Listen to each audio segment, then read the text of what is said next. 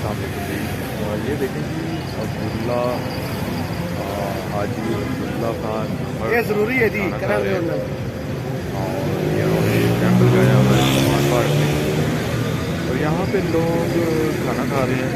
ये देखें जी तकरीबन 24 घंटे यहाँ पे खाना चल रहा होता है।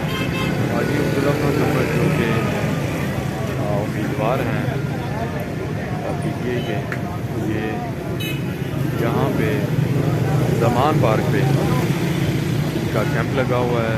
खाना लोग यहाँ पे 24 घंटे खा रहे होते हैं। अल्लाह ताला इनको सेहत और तंदुरुस्ती दे। अब्दुल्ला जुम्मर साहब देखें जी ज़मान पार्क में अभी रात के 7 बजे हैं।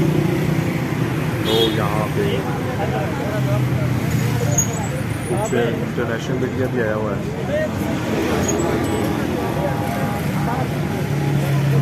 बातें बड़ा बंदा है। आप अपना नंबर दे दें।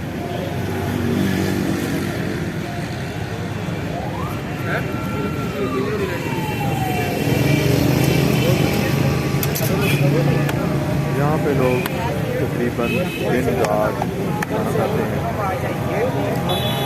लोग भी खाना खाते हैं।